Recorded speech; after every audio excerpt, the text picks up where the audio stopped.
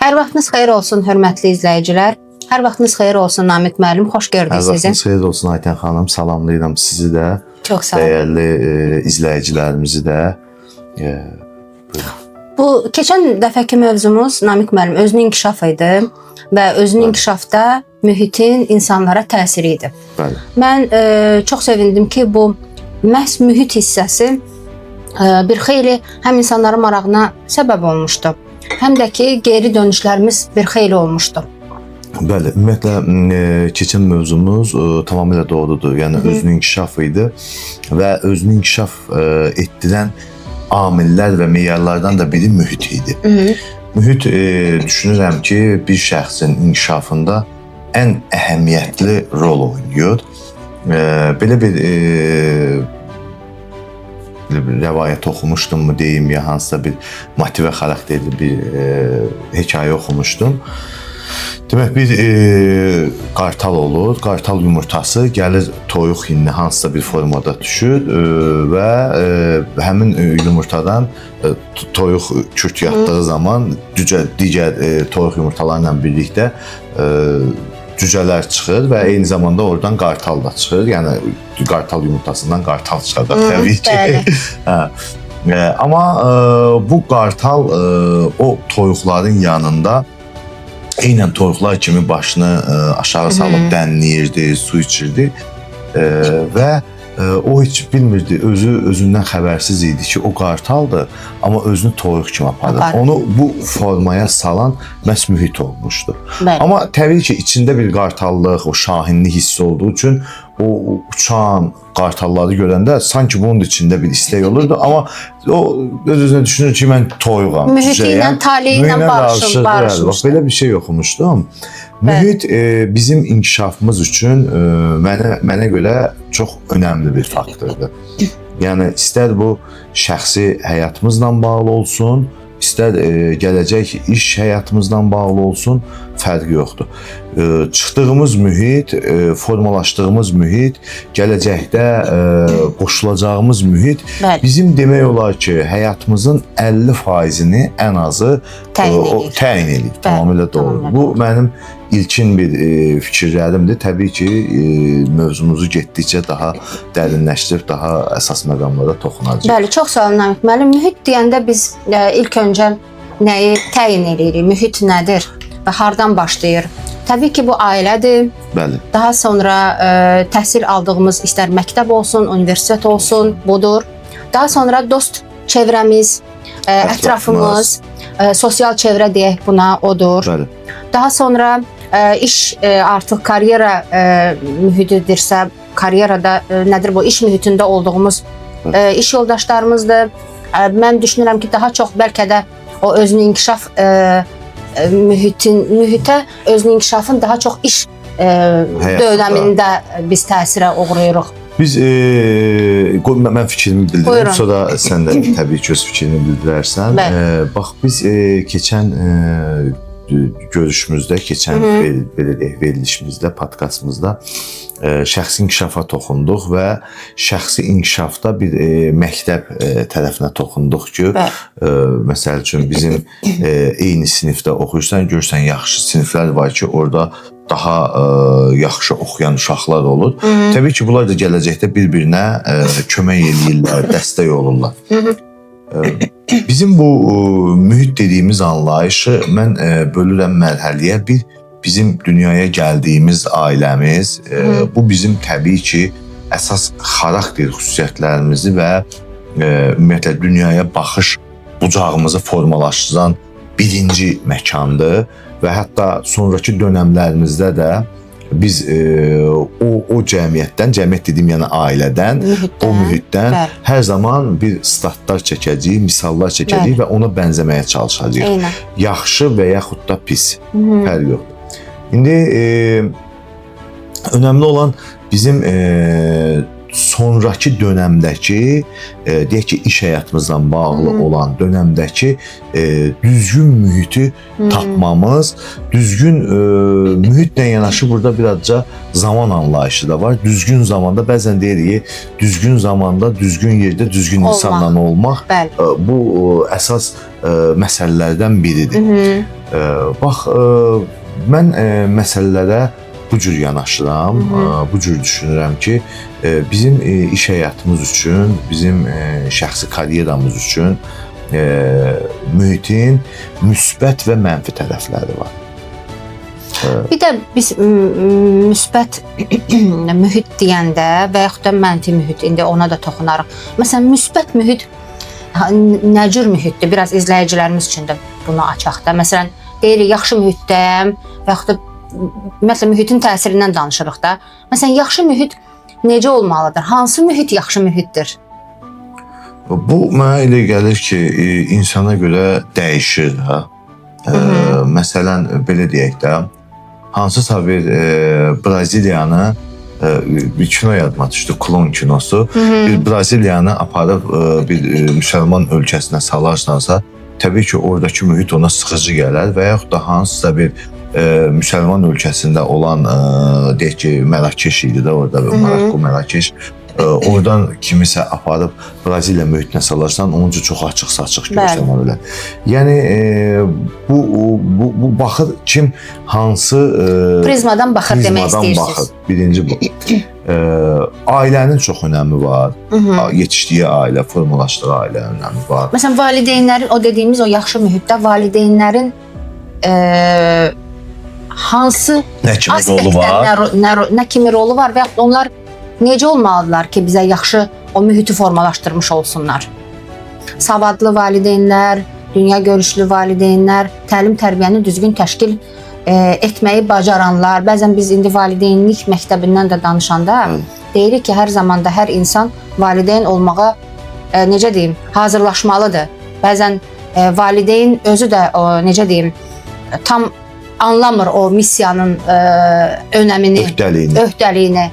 İndi o necə mühit qura bilər məsələsi də var. Ona görə də deyirik də, o məhz mühit, əsas məsələ ailədən başlayır. İnsanın ilk gözünü açdığı dönəmdən bəri ailədə formalaşdığı məsələsidir. Mən bir şey deyim, bizim əslində mühit mövzumuz niyə görə biz birinci bu mühit mövzusuna toxunduq? Sənin yadındadırsa, bizə müəyyən bir şeylər gəldi, feedbacklər geri dönüşü oldu mühitə toxunduğumuz üçün şəxsi inkişafda və orada daha çox vurğulandı ki, məsələn, bir şəxsin yaxşı qohumu var, əqrəbası var, hansısa bir yaxşı vəzifədə o çox rahatçılıqla inkişaf edir və yaxud da hansısa bir potensialı olsa da, olmasa da və eyni zamanda inkişafdan savayı ümumiyyətlə, onlar elə anadan gəlmə yaxşı bir imkanlı, zəngin ailədə olursa, bu gələcəkdə də elə görürsən ki, o davamlı şəkildə,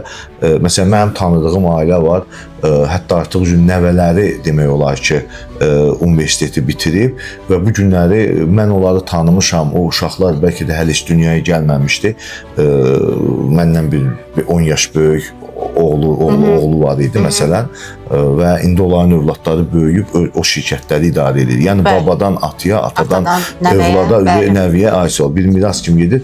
Bunlar üçün artıq elə bir deyirsiniz ki, yəni bunda mühitin önəmi yoxdur. Mühitin önəminlə yanaşı təbii ki, insanın şəxsi bacarıqları da olmalıdır. Bəzən də görürsən ki, bir ucqar rayondan bir adam gəlir, belə də düşür sağlam bir mühitə və yaxud da hansısa bir formada insanları qarşıdakını ələ ala bilir. Görürsən ki, gəlir hansısa bir formada inkişaf eləyir. Var belələri də çox olubdur, amma təbii ki, azdır. İndi mövzumuz ondan idi ki, yəni bu el arasında dediyimiz dayday məsələsi çox önəmlidir. Əslində, dayday dediyimiz mövzu, biz səninlə də yəqin ki, bunu müzakirə edirik. Dayday dediyimiz mövzu dünyanın hər yerində var. Sadəcə Avropada buna referans deyirlər. İndi bizdə də onu artıq inkişaf etdirmişik. Ki, yəni məsəl üçün filankəs, məni filankəs referans edir. Yəni, referans çox önəmlidir. Tövsiyə deyil, referans tamamilə doğrudur. Hətta tövsiyə məktubu istəyirlər və s. xasiyyətnamələr istənilir. Bu çox önəmlidir bir şəxsin inkişafı üçün referanslar və s. Daha rahat olur da. Təbii ki, daha rahat sən işini qura bilirsən və yaxud da etibar edirsən.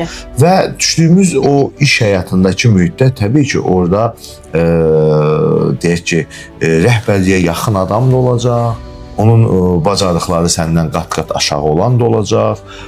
Mən həmişə atamla danışanda atam mənə deyirdi ki, yəni sən elə düşün ki, bizim vəzifədə qohumumuz yoxdur. Nə varsa sən özün gücünü eləyəcəksən. Hə, yəni bir yaxın adam yoxdur ki, bu sənin üçün hansısa bir qapıları rahat açsın. Təbii ki, qapılar o qədər də rahat açılmayacaq, amma indi hər kəs öz bacarığına, qabiliyyətinə görə o mühitindən istifadə edə bilir. İstifadə edə bilir. Bəli. Burada əsas mövzu nə idi? Əsas mövzumuz o idi ki, bir şəxsin inkişafında mühit, mənə görə də mən bu cür yanaşırdım ki, bir şəxsin inkişafında mühit yaxını varsa, onun inkişafı, o inkişafı dediyimizdə mən onun şəxsi inkişafı ola bilər şəxs olaraq o qədər güclü olmasın, amma daha rahat vəzifələr, daha rahat bir irəliləyişləri olsun. Bu hallar var, bu hallar danılmazdır, yəni bu normal bir şeydir. Digər tərəfdən isə bir şəxsin mühitdə düzgün manevr eləməsi və düzgün məqamda yerində olması o da mühitin köməyindən formalaşmasıdır. Və eyni zamanda təbii ki, o şəxsi bacarıqları hesabına.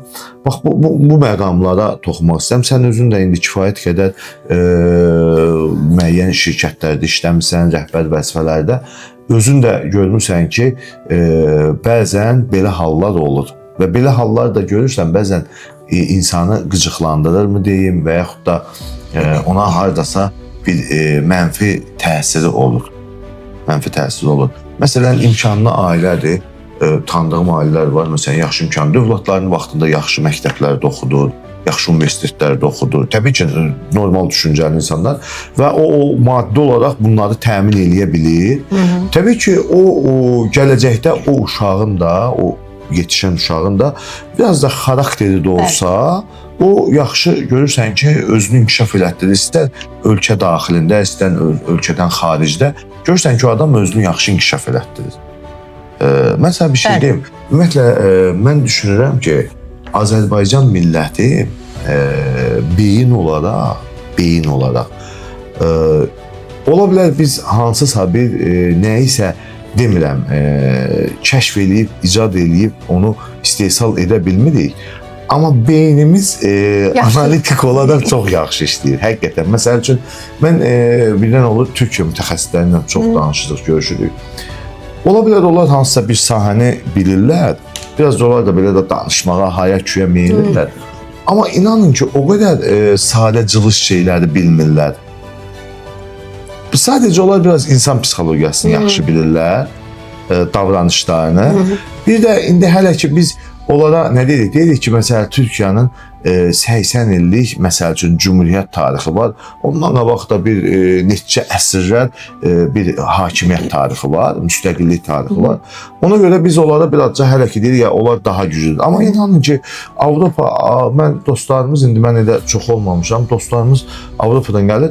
Deyir, insanlar belə deyim, qeyri-adi bir, onlarda düşünmə çox zəifdir. Məsələn, adi ilə xarici bir də görürsən, vəsaitləri oxuyuram mən, bu özünün inkişafla bağlı, nəsə də qabaq qarşıma çıxır oxuyuram. Baxıram, o qədər sadə, fundamental mövzularda danışırlar ki, yəni mənim üçün qəlbə gəlir ki, bunu bir, deyək ki, bunu yazar da yazıb bunu 50 yaşında. Kim üçün yazıb?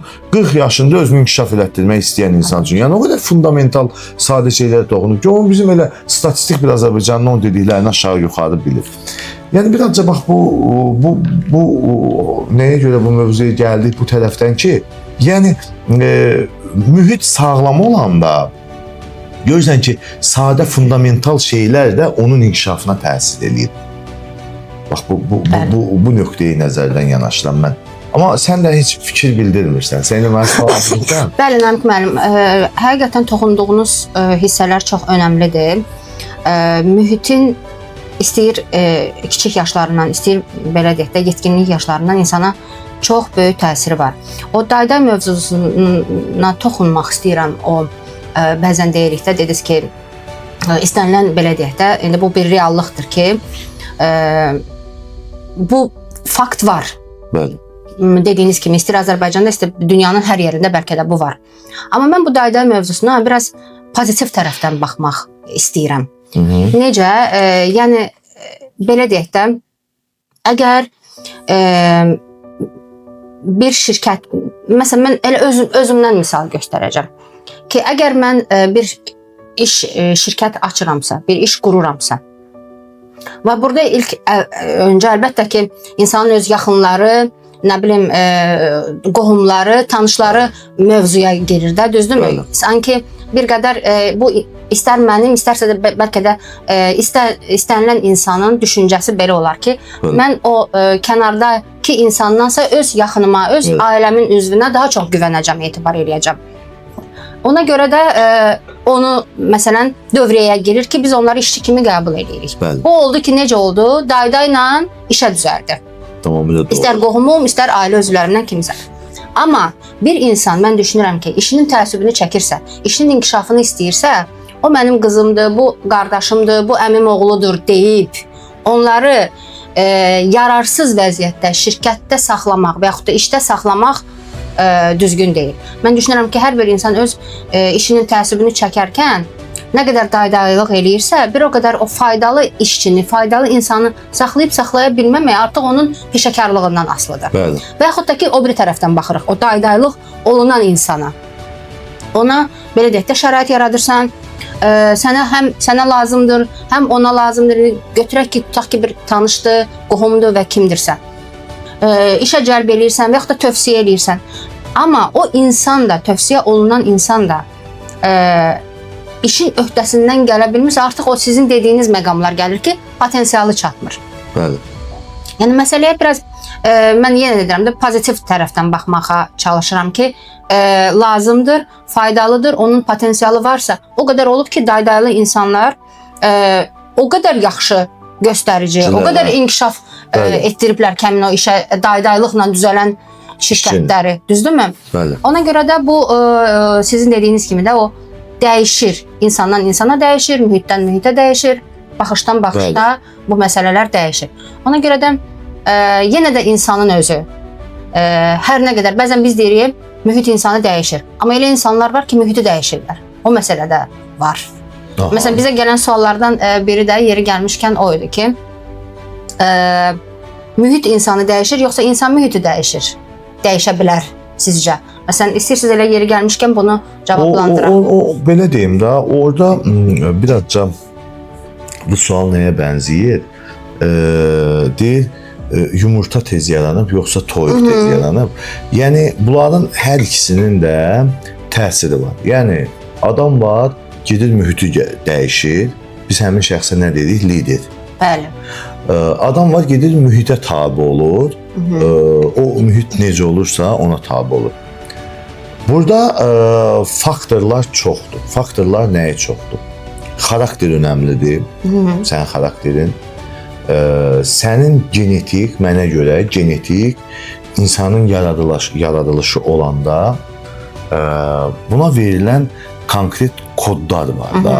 Yəni sən xaraktercə, təbiətcə bu cür olacaq, bu cür olacaq. Bu özü də biraz abstrakt anlayışdır. Yəni indi biz dəqiq deyə bilmərik.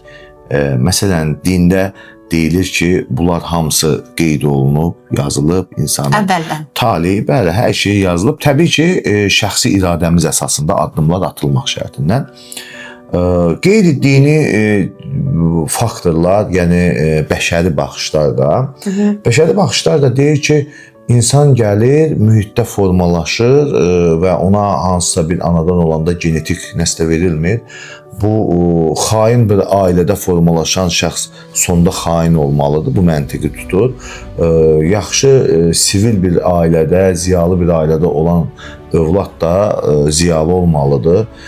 Şah ailəsində olan övlad da şah olmalıdır.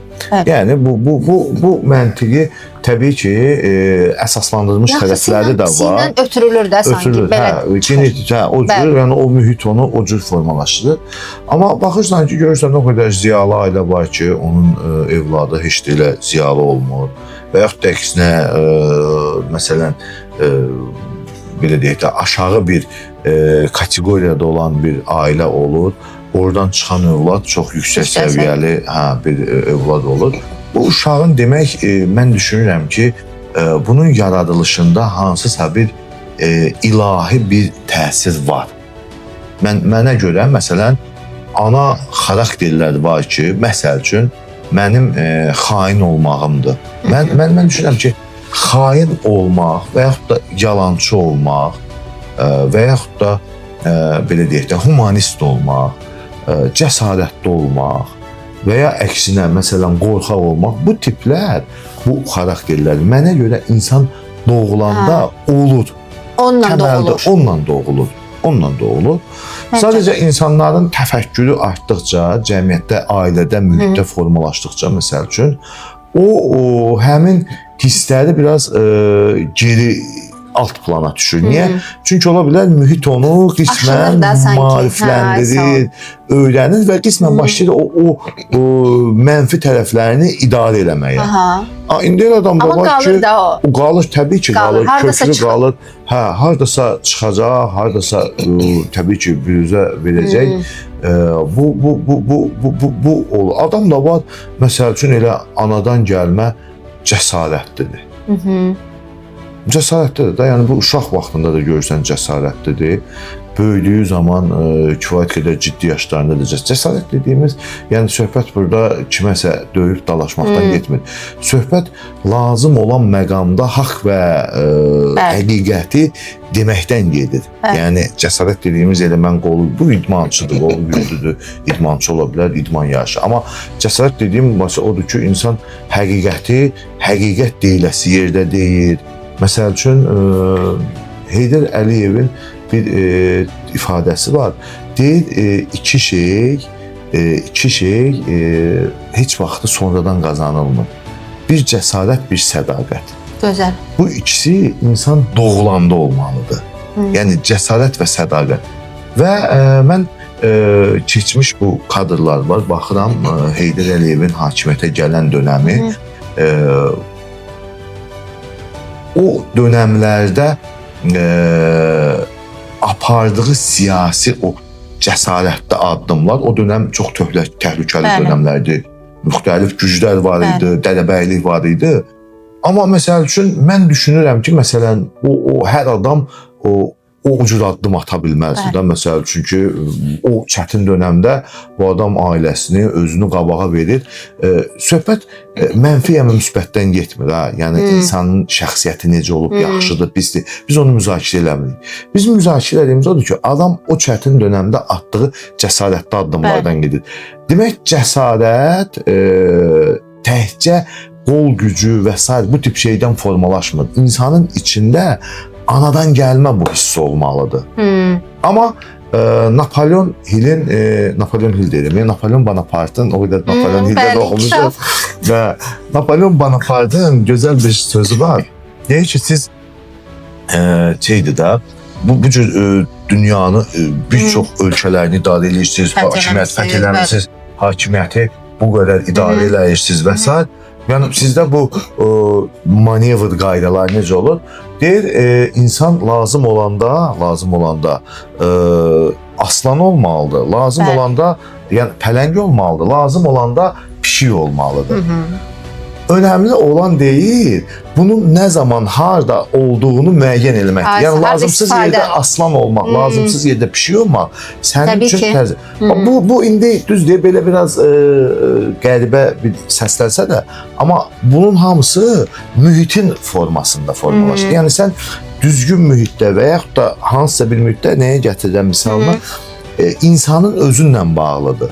Ki, yəni sən mühitimi dəyişmək istəyirsən, yoxsa mühitə adaptasiya olmaq istəyirsən. Və yaxud həm mühitə uyğunlaşıb, mühitin səni dəyişməyini istəyirsən. Mən belə düşünürəm ki, yəni bunların hər ikisi də ola bilər. Elə məqam var ki, sən mühitə adaptasiya olacaqsan, elə məqam olacaq ki, sən mühiti dəyişəcəksən, elə məqam olacaq ki, sən mühitə adaptasiya olmaq istəyəcəksən, elə məqam olacaq ki, sən mühiti dəyişmək istəyəcəksən. Bəli.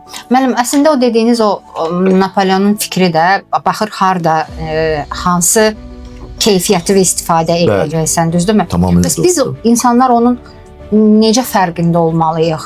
O da mı bizə bu dünya görüşləmi, təcrübə ilə, yaşla və yaxud öyrəndiklərimizlə mi gəlir? Onunla gəlir. Bəli. Təcrübə, yaş, öyrəndiklərimiz. Məsəl üçün deyək ki, elə bayaq misal çəkdik. Heydər Əliyevin Azərbaycana gələn hakimiyyət dövründə Heydər Əliyevin çox böyük bir təcrübəsi var idi. Yəni o həyatın hər məqamını görmüşdü və o təxmini bilirdi ki, hansı addımları burada atılmalıdır. Hansı addımlar burada atılmalıdır. Aydınmı? Burada mövzu əslində siyasi bir məqam deyil. Sadəcə keyfiyyətlər və faktiki nəticələrin bir izahıdır ki, yəni biz baxırıq o keyfiyyətləri, o xüsusiyyətləri, o xarakterləri götürürük. Mənim üçün məsələn mühitdə təsir edən, mühitdə bizə təsir edən məqamlardan biri bizim emosional xarakterimizdir. O da məsəl üçün görürsən ki, mən biraz emosional adamam. Görürsən lazımlı, lazımsız yerdə artıq öz emosiyamı idarə edə bilmirəm. Lazımdır burada qışqırmaq, qışqırmıram, lazımdır burada sakit durmaq, durmuram. Emosiyalarım idarə olunur. Əslində bizim elə hazırda elə dünyanın da tələbi o emosional intellekt hissəmizin zəif olmasıdır və daha çox o bilik və bacarıqlarımızı biz elə körpə yaşlarından da istər bağçada, istər məktəbdə deyirik ki, emosiyaların idarə olunması, emosiyaların idarə, çünki insan emosiyalardan ibarətdir və onların idarəsi həmin o dediyiniz təcrübəli, bacarıqlı, nə bilim o dünyaya lazım olan insan, vətəndaş kimi yetişə bilər. Emosional, mənim özümdə də o bəzən olur. Hər nə qədər idarə eləməyə çalışsan da, hər nə qədər belə deyək də onları tutub saxlamaq və yaxud da ki, zamanında, vaxtında istifadə nədir bu, inkişaf etdirməyin önəmi vacibdir. Mən də elə düşünürəm. Bir sualımız da var burada əslində. Deməli, tamaşaçılardan, izləyicilərimizdən gələn. Düşünürəm çox maraqlı sualdır. Yəqin ki, sizin də mənim də bu mövzuda bir bunu mən oxuyum, polemikamız olacaq. Hamısını sən oxuyursan, mən cavablandırıram. Bu üçüncü sualıma. Aha, bəli. Əgər sən 5 ildir eyni mühitdəsənsə, problem səndədir ya mühitdə? Bu, yəni, bu nəyi nəzərdə tutur? Mühitdən yəni bir iş yerindən mi danışırıq ya? Böyük ehtimal odur. Çünki sual verən belə deyək də dəqiqləşdirmə də aparmadıq ki, bu iş mühitidir ya nə bilim.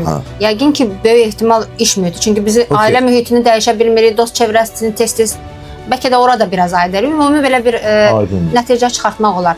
İndi cavablayım bunu. Cavabla. 5 ildir eyni mühitdə isə problem bizdədir, yoxsa mühitdə? Mən düşünürəm ki, mühit dəyişkəndir.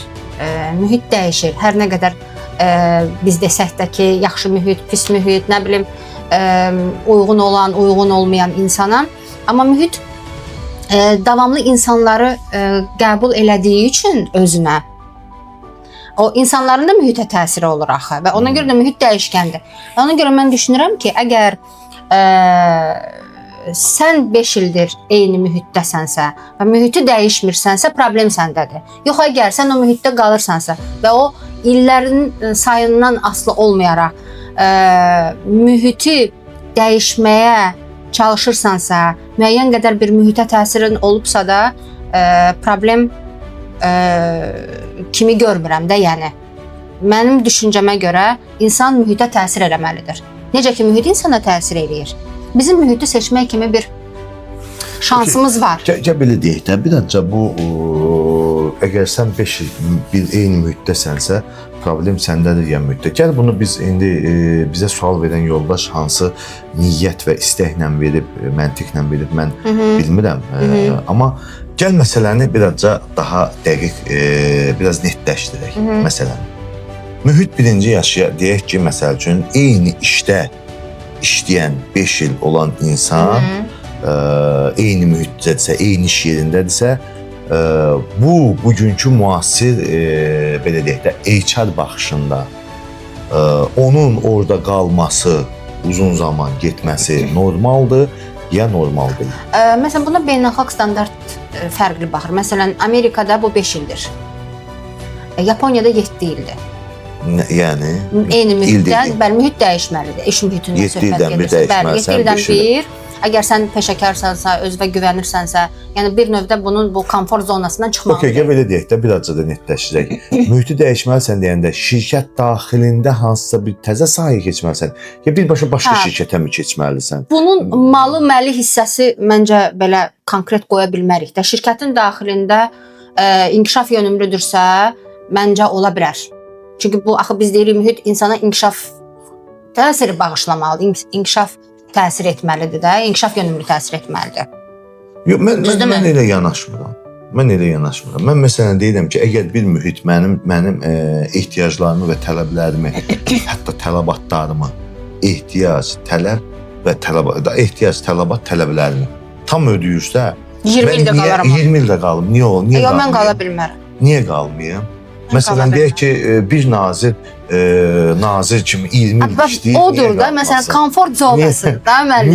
Niyə adam axı bundan artıq hansı belə deyək, karyera olsun, nə lazımdır adama? Baxın, məsələ odur da, bax sadaladığınız var idi ya, maddi tələbim, nə bilim, o filanım, 5 mənkənim, o dediniz ha, onlar hamısı nədir? Komfort zonanın göstəricisidir. Deməli, mənə belə rahatdır yaşamaq. Normalda əslində normalda insan deyir ki, niyə rahatlığımı pozum? Yaxşı, gəl onda belə deyək də. Mən hansısa bir biznes qururam və biznesim artıq yaxşıdır, işləyir. Mən onda o məntiqlə biznesi bağlamalıyam, keçməliyəm başqa biznesə. Niyə? Zaten mən işləyirəmsə, mənim lazım olan istehlak səbətimi artıqlamasına nə deyirəmsə, mən əlavə özümə yaxşı bu biznesimdən gəlir qazanıb deyək ki, gələcəyimi də təmin edirəmsə, mən niyə bundan artıq əziyyət çəkim? Niyə düşünüm ki, yeni biznesimi böyüdüm, inkişaf edim, lazımdır mı? Bir lətifə yadıma düşdü. O dəniz kənarında bir nəfər uzanır. Ona yaxınlaşır, bir nəfər yaxınlaşır. Deyir, neyinirsən? Deyir, heç nə, uzanmışam, dincəlirəm. Deyir, yaxşı. Bəs sən istəmirsən ki, sən şirkətlərin olsun, belə inkişaf eləyəsən, çoxlu pul qazanasan, ora gedəsən, bura gedəsən, bunu qazanasan, onu qazanasan. Deyir ki, onu tutaq ki, şirkəti açdım, sonra nə oldu? Onu qurdum, nə oldu? Bunun pulu qazandım, nə oldu? Təyyarə aldım, nə oldu? Nə oldu? Axır nə oldu? Gedirsən, istirahət edirsən, o kurorta gedirsən, bu kurorta gedirsən, dəniz kənarında uzan. Deyir, elə uzanmışam. Uzanmışam da, yəni sonuç odursa. Yox, əslində mənim, baxın, deyir sizə şirkət açdım, qazancım var. Axı, biraz insan davamlı inkişaf istəyir. Yox, inkişafı niyə istəyirik? Bax, bir dənə də şirkət açmışam, bir filialını da açam. Yox, nəfis daxil tamahdır. Niyə tamahdır da? Yəni, bunun, yəni biz bu günləri dünyada ən böyük problemlərdən biri bizim istəklərimiz çox, bəzi adamların əldə etdikləri çox, amma istifadəsiz olması. Məsələn, mən adam tanıyıram ki, 10 dənə evi var məsələn. Bu neçəsində qalır? Birində qalır da. O biznes məqsədli alınır. İndi biznes məqsədli alınır. Nəyə ehtiyac var? Axı, məsələn, o qədər insan var ki, evsiz, sən onu almaqla, baxın, burada məqam nətərdir? Məsələn, deyək ki, mən bir iş adamıyam, imkanlarım genişdir. Mən 3 aydan bir, 4 aydan bir şərt olaraq deyirəm, belə bir ehtimaldır. Bir ev aldım. Şərt olaraq ölkənin hansısa bir istiqamətində, yerində, ünvanında 100 kvadratlıq evlər alıram. Bax, mən alıram, məni kimi bir 100 adam olanda ölkədə iqtisadi olaraq süni şəkildə tələb yaradır. Bəli. Tələb yarandıqca təklif başlayır qiymətini qaldırmağa. Halbuki, məsəl üçün, dünənə kimi 10 adam, əgər bu adamlar bu evləri almasa, artıq lazımsız evləri. Tələb çox olmayacaq, təklif məcburdur qiymətlər aşağıdır. Bax, bu süni çünki o imkanını bu çox olan insanlar bu cür süni şəkildə bu şeyə təkan verir. Yəni, sanki bu bazar konjunkturasına istədim. Ona da biz deyirik də, sağlam rəqabətli bazar var, nə bilim, sağlam rəqabətli olmayan bazar var və s. Baxın, bunları qoyuram. Yəni, mən adi bunu sadə formatı deyirəm ki, yəni bir insanın ehtiyacı nə qədər? Sən ehtiyacı qoyuram. Ehtiyac bizim minimal yaşayışımız üçündür. Tələbi, hətta ehtiyacın bir yüksək forması, tələbi nə qədərdirsə, məsələn, 3 ev olsun da, nə vacibdir? Məsələn, 10 ev olsun. 10 ev olmaqla sən axı ölkədəki digər biraz aşağı kateqoriyalı insanların ev almağına mane olursa. Mən də bir misal çəkdim şəhərdən. O ev olmasın, başqa bir şey olsun. Və s. Bu nəfsdir. İnsan nəfsi imkan verir və eyni zamanda iş mühitində də, iş həyatımızda da bu da onun kimi. Məsələn, mən düşünürəm ki, bax, bu sırf 5 illik, mənim əgər bir iş yerində normal imkanlarım varsa, mən deyək ki, normal dumanımsa, işdə o iş mühitində mənim hörmətim varsa, o iş mühitində mənə saygı varsa, işimi normal bulub, işimə nəzarət edirəmsə, şirkət məndən fayda qazanırsa, təbii ki, o baxın, bir işi sistemə salmaq, bir davamlı sistemdə saxlamaq, bu özü də çox önəmlidir. Deyək, birinci yerə çıxmaq, birinci yerdə qalmadan daha asandır.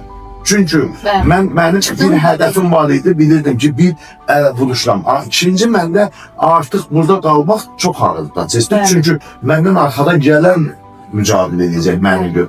Ona görə elə bir şirkətdə sistem qurub, davamlı o sistemi normal, sabit, stabil saxlamaq, bugünkü bu enişli, yoxuşlu cəmiyyətdə, iqtisadi proseslərdə, dünyanın bugünkü dönəmində onu elə sabit saxlamaq özü də bir güc tələb edir. Bir bacarıq tələb edir. O da mühitlə təsiri var. Mühitin çox önəmli təsiri var. Yəni ona görə mən düşünürəm ki, birazca bu anlayış, düzdür, mənim xarakterimə uyğundur. Yəni mən ən çox 2 il bir yerdə işləyirəm. Amma qəbul edebilirsiniz. Amma əslində indi artıq müəyyən yaşdan sonra düşünürəm ki, məncə elə insan başını salıb aşağı bir yerdə elə davamlı işləsə, pensiyaya qədər daha yaxşı olar. Daha yaxşı olar.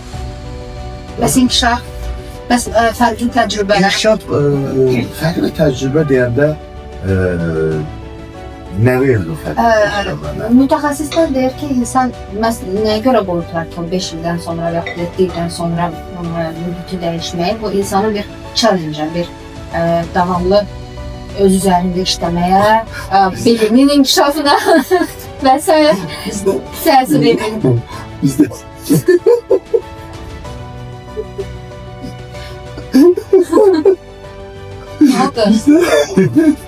bizdə bilmiyorsan ben Rus dilində deyəcəm ifadəni. Deyir ki, sən deyir, Prikutçe ne vardır? Aynen. Başka savaşlar normal eğer mühit səni sıxırsa başka məsələ. Ama mühitdə komfort varsa, her şey yerindədirsə. Bakın dediğiniz o macera pərəst insanlar macera lazımdır, başıma dönüm. İqtisadi durumda. Belə şeyler. Sən lazımdır, normal yaşayasan, rahatçılıq olsun. Özümüzü inkişaf elətdirik. Maddi imkanlarımızı artırmaq üçün də, yəni biz özümüzü inkişaf elətdirib evimizdə saxlamırıq ki. Yəni mən məsələn öz biliklərimi artırıram, bütün günü vergini oxuyuram, bütün günü maliyyəni oxuyuram, standart oxuyuram. Bunu niyə belə oxuyuram? Oxuyuram ki, yəni mənim bacarığım artsın ki, qarşı tərəf mənim xidmətim olanda daha baha qiymət alsın. Düzdürmü? Mən də deyək ki, ən maksimal qiymətdə alır, satıram. Mən şəhət olaraq deyirəm, ayıma 50.000 manat pul qazanıram. Mənə nə lazımdır ki, mən özümü təzədən inkişaf elətdim? Allah'ım da 50.000 özüm üçün yaxşıyım. Amma görürsünüz dediniz axı onu oxuyuram, bunu oxuyuram, bunu eləyirəm. Ona çatana kimi də. Deyirsən ya ona 50.000 çatanda deyirəm ki 100.000 olsun. Yox, plus bu var. Və axı insan heç vaxt qane olmur. Nəfisdir də. Bu bir problem oldu da. Bir də axı siz məsələn tutaq ki, ora qədər çatdınız axı biliklər yenilənir. O bugünkü cəmiyyətin, yəni bugünkü kapitalizmin bizə ötürdüyü belə deyək də xəstəlikdir. Yəni hər şeyim olsun. Bu bile bu deyəndən gedir. Mühit formalaşır. Mühit yenə də gəldik. Buna təsir mühitdir. Baxırıq sosial şəbəkələrdə görürük. Tamamilə doğru. Və salvəlahır nəfsi. Deyək ki 40 il bundan qabaq biz mənim uşaq olanda heç mənim valideynlərimin, atamın bir pencəyə, bir kostyumu var. Mənim o qədər seçim yox idi axı, bu qədər istehsal yox idi. Ay sağ ol. Demək, mühit onu mühit yetişir. Ürətir və məcbur edir ki, bununla da insanlar ayaqlaşsınlar və yaxud da ki, o tələbatı hiss edib alsınlar. O qədər lazımsız belə deyək də şeylər alırıq ki, istəyirik ki. Biz özümüz, məsələn, mən uzun müddət marketinqlə məşğul olmuşam, marketinq sahəsində çalışmışam. Biz o vaxtı ən birinci marketinqdə olan məsələ, mən həmişə deyirdim ki, marketolog kimdir, marketinq ümumiyyətlə nə əhəmiyyət var? Biz deyək, ingilis dilində bazar və s. Marketinqin əsas xüsusiyyəti, ya marketologun əsas xarakteri bazara elə bir məhsul çıxartmaqdır ki, o məhsul qeyd-şərtsiz satılsın. Okey, düzdür mü? Biz indi düşünürük ki, məsəl biz aliyeli özümüz seçirik. Biz məsələn dağlı özümüz seçirik, biz nə bilim hantini özümüz seçirik. Xeyli, bunu bizə satdırırlar. Seçdirirlər. Tamamilə doğru. Yəni bunu seçdirirlər. Mən gəlirəm mağazaya, mağazada görürəm və mən alıram. Düzdür? Demək ki, biz nə qədər çox şey şou olsa, göstərilsə, o qədər istəyəcək. O qədər çox istəyəcək. Tamamilə doğrudur. Amma göstərilmir. Əvvəllər göstərilmirdi bu qədər. Ona görə də tələbat da yoxdur, istəmirdik də. İnsanlar istəmirdi. İstəmirdi və yaxud da ümumiyyətlə insan özünə verirdi. Yenə də Heydər Əliyevdən bir misal çəkəcəm. O deyirdi o vaxtı, deyir mən bir kostyumdan, eyni kostyumdan 3-4 dənə alırdım. Ki, yəni insanlar görməsin müxtəlif kostyumlar yenində. Fərqli hiss eləməsin. Yəni bizdə ar sayılırdı ki, o vaxtı bir insan, hətta o imkanlı olan adam eyni kostyumu 3 dənə alır ki, təzə olsun, xarab geyinməyim. Amma eyni olsun. Heç kim deməsin ki, bu gündə bir pencək kostyum deyil. Amma bu günlər o özünə onu həm də pis sayılır. Bunun əksidir. Bunun əksidir ki, mən bu həftə ərzində hər gün ayrı-ayrı paltar geyinmişəm. Yəni biz də onun içinə daxiliyik, biz demirik biz fərqliyik. Biz də o cür düşünürük, çünki bizim gördüyümüz odur. Bir də ayaqlaşmalıysan da, artıq insanların düşüncəsi ilə, nə bilim zamanın qoyduğu tələblə də biz də məcburuq. İstəməsək belə məcbursan o ilə ayaqlaşmağa ki, gündə bir paltar alasan. Demək onda mühit çox təsir edir. 3 ildə bir maşın dəyişəsən. Tamamilə doğru. Bu demək mühitdir də, mühit təsir edir. Yəni mənim şəxsi bacarıqlarım da mühitə tabe olur və mühitə uyğun addımlar. Bəli. İndi deyirsiniz ki, 5 il qalar şirkətlərdə. Mən düşünürəm ki, bilsən, o qalmaq məsələsi birazca belə deyək də, mücəllət bir ifadədir. Yəni, sən 5 illər qala bilərsən, 20 illər qala bilərsən. Önəmli olan nədir? Önəmli olan odur ki, sənin həmin şirkətə və yaxud da həmin sahədə verimliliyindir. Plus özüvə və şirkətə verimliliyi. Tamamilə doğrudur. Əgər sən orada qalmaqla oranın mühitini böyüdür, inkişaf edir, davamlılığını gətirə bilirsənsə, sən zaten onsuz yeniləyirsən, sən zaten inkişaf edirsən. Aydındırmı? Mən hansısa bir şirkətdə, bax, uzun illər, mən bir şirkətlərlə ünsiyyətlərim çoxdur. Adam sən deyirlər, 20 ildir burada işləyir. Adam 20 ildə aşağı yuxarı eyni vəzifədə işləyir. Aydındır mı? Yəni, nə şirkət onu çıxartmaq istəyir, nə o şirkətdən çıxmaq istəyir. Niyə? Şirkətin o sadə rutin işini, bu əzbərlidir. Şirkət deyir, mən bu yerinə kimisə gətirsəm, bu gəlib, bunun bildiyi o təcrübə çatana kimi çox ağır olacaq. O yüzden artıq əzbərliyib bütün prosesləri. Bu da şirkətdən niyə çıxmaq istəyir? Çünki bunun bildiyi bir şey yalnız bu şirkətə məxsusdur. Və bu şirkət o gördüyü işdən buna daha artıq əmək haqqı verir. Çünki bu bilinlə çıxıb başqa yerdə bu əmək haqqını ala bilməyəcək. Onun aldığı əmək haqqı onun verimliyinlə yanaşı illərlə şirkətdə işlədiyi dövrlərdə artan əmək haqqısına görə formalaşır. Məsələn, sıfırdan bir adam gətirsə, o həmin işi görülməsi üçün ola bilər dəlli bir zaman alacaq. 5 ay, 6 ay, 1 ay. Amma bəlkə də bugünkü verdiyi işçidən 2 dəfə daha az əmək haqqı verəcək. Burada nə şirkətə, nə işçiyə sərf eləmir ki, bu işçini çıxardıb başqasını gətirsin. Çünki artıq o işin daha yaxşı təkmil apardığını bilir. Və adam da bilir ki, bunun da bundan başqa bir istəyi yoxdur, öz üçün işləyir də burada. Və 20 ildir, 25 ildir orada eyni işi görür. Xırda da yüngül təkmilləşmələr edir. Yüngül təkmilləşmələr edir, bu da indi eləməlidir də başqa yol. Düşünürəm, bütün şirkətlərdə ən azı bir nəfər belə olur. Bir nəfər yox, çox. Bir nəfər belə o. Ümumiyyətlə də belə. Məsələn, böyük şirkətlərdə çoxdur.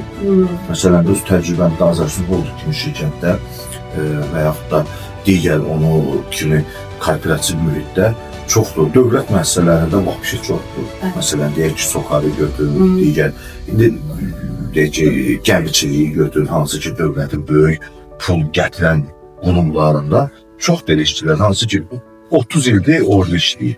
Əslində bu düşüncə bizə 15 ildən bir etdirdən bir dəyişiklik, nə bilim, karyeranı, inkişaf və s. Sovet rejimindən sonra gəldi. Tabii ki də, müasir Avropa. Bəli, müasir o korporativ mühit üçün, müasir nə bilim, idarə etmək üçün gəldi. Çünki yəni aşağı yuxarı bütün sistemlər, siz dediyiniz o formada işləyirdi. Bütün məsələlər. Sovet vaxtı və dediyimiz kimi də, yəni bu daha çox müasir dünyanın sürətinin, sürətli gedişatının bizə qoyduğu, həm də işyə qoyduğu tələblərdir. Ki biz bunun dəyişə də bilmirik, ayaqlaşmaq istəyirik. Bu da istənilən oldu. Hətta belə deyək də, görün nə dərəcədəki idarə etmədə dəyişikliyin idarə olunması adlı bir proses və sistem var. Dəyişiklik oldu, bəli. Dəyişiklik oldu, sən bu dəyişikliyə sən komandanın, nə bilim, şirkətin özünü, insanın, işçilərin özünü, onun dəyişikliyin idarə olunmasına, adaptasiya olunması kimi bir artıq fəlsəfə var ki, bunu öyrənmək lazımdır. Ona görə də, nə bilim, mən düşünürəm bir dəyişikliyin insanı vadar elədiyi inkişafı sevirəm. Amma hardasa siz dediyiniz artıq o biraz da bəlkə də yaşla gələn, təcrübə ilə gələn bir şeydir ki, biraz insan artıq müəyyən yaşda, müəyyən dövrdən sonra biraz o sabitliyi də istəyir. Yəni ona ehtiyac duyur bəzən. Məsələn, yaxşı bir mühit iş olur. Normal mühit olsa, başını salıb işləsə, daha rahatdır, müəyyən dönəmdən sonra. Nəsə, bu bizim fikirlərdir. Təbii ki, mənim fikrimdir, sənin öz şəxsi fikrindir. Ortaq düşündüyümüz tərəfləri də var, fərqli yanaşma elədiyimiz tərəfləri də var. Mənim özümə görə, mən dinamik insanam, hərəkətli insanam, aktiv insanam və düşünürəm ki, davamlı şəkildə insan müxtəlif sahələrdə çalışmalıdır, müxtəlif sahələrdə inkişaf eləməlidir. Amma bəzən də düşünürəm ki, elə rutin sabit bir yerdə qalıb işləmək, o da pis deyil. Bu da mənə gəlir insanın təbiəti, xarakteri, içindəki olan istəklərlə bağlı olan bir şeydir. Ona görə buna bir söz deyənmərəm. Mühit bizim iş həyatımızda da, şəxsi həyatımızda da önəm daşıyır. Mənə görə insan doğulur ailədə, ailədə gördüyü tərbiyə ilə, ailədə gördüyü mühitlə, ailədə gördüyü ona verilən istəklərdən. Hətta məsələn mən deyərdim ki, valideyn hər zaman öz həyatını görmək istədiyində övladına tətbiq edir. Görməliyindəndir. Fərq yoxdur. Yəni özündə görmək istədiyi hər bir şeyi görüb və ya görməliyini fərq yoxdur. Özünü necə ideal görürsə, həmin şeyi öz övladına tətbiq etməyə çalışır və o istiqamətdə də. İndi onun üçün düzdür, səhvdir, o onun şəxsi işidir. Ona görə birinci ailə mühitinin təsiri, ailənin mövcud imkanları, istər maddi, istər mənəvi fərqi yoxdur. İmkanlarına görə övladın ilk addımları başlayır. Və o mühitdə formalaşır, o mühitdə tərbiyə alır, o mühitdə belə də öyrəmlər olur. Sonra düşür məktəbə, məktəbin özünün onun formalaşmasında çox böyük. Çünki ilk cəmiyyət, indi bağçanı saymırıq, bağça tam ilk sayaq. Çox xahiş edirəm sayaq. Bağçada insan hələ tam elə dəyişiləmir. Əslində mənim bir siz necədir, o sizin də dediyiniz o insan doğulur ha, o hansı o dəyərlər sadaladınız da, o cəsarət, hansılar ki dəyişmir. Biz onları elə məhz o kiçik yaşlarında, nə bilim, 1 yaşından beri onları hiss edirik. Təbii ki, uyğun, nə bilim, mühitdə, doğru düzgün qurulan o məktəbə qədər müəssisədə, mühitdə, onlar kiçik yaşlarından siz deyirsiniz saymırıq. Bizim cəmiyyətin bəzən problemi də olur ki, biz bağça və məktəbə qədər hissəsini yaş dövrümüzün heç bir halda ciddiyə almırıq. Bu o qədər ciddidir və bu o qədər məni narahat eləyir. Balaca söhbətlərdir və yəni bu. Yox da elə balacadan başlayır axı, bilirik axı ki, balacadan başlayır. Sən xətrinə onu da Bağçadan sayın xahiş edirəm. Bağçadan müəyyən bir yaşdan, bağça nədən bölünür də balaca kiçik yaşlarda biraz olur. Bəli, təbii. Deyək ki 4 yaşdan sonra məsələn Yaponiyada 5 yaşa kimi uşaqla işiniz yoxdur. 5-dən sonra sərt qərarlar qoyur. Bəli. 5 yaşa kimi müstəqil verir, azadlıq verir. Okey, nəsə, bağçadan olsun. İnsan bağçadan, iç cəmiyyəti bağçadan formalaşır, bağçadan müəyyən bir şeylər görür. O razıyam səndən. Mən uşaq vaxtda bağçadan nəsə görürüm, gəlir, gelmir, ki, falan şey deyir. Bəli. Məsələn, uşaqlarla... Mən biraz olaraq, ümumiyyətlə, mənim beynim analitik düşüncəsi yaxşıdır. Əlbəttə olmaz. Ona görə uşaq vaxtında da olur. Amma indi ümumi götürəndə, bağçadan da olur, düz deyirsən. Bağçadan da müəyyən şeyləri görürük, deyirik, məsələn. Amma əsas üçün artıq əqlin formalaşdığı yer məktəbdir və məktəbdən başlayır formalaşa. Məktəbin çox önəm təsiridir. Çünki uzun müddətli prosesdir. 11 il az müddət deyil. Çox ciddi bir prosesdir. Yəni sənin bütün həyat formalaşdığı yer 2 məkana bölünür. Bir ev, bir məktəb.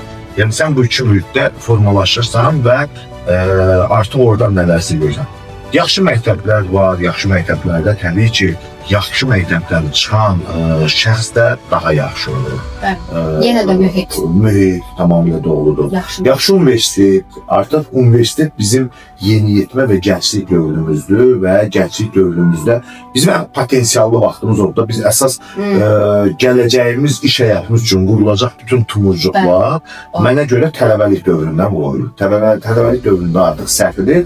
Deyək ki, universitet bitirsən, ondan sonra bir 5 il sənin müəyyən sahəz işləyəndən sonra, təcrübədən sonra başlayırsan o əkdiyin o tumurcuqlar, toxumlar həmin dövrdə başlayır artıq var verməyə. Və ondan sonra ciddi təsirlər budur. Universitet əhəmiyyətli. Universitet və ondan sonraki 5 illik iş həyatı. Bundan sonra artıq mənə görə bitir.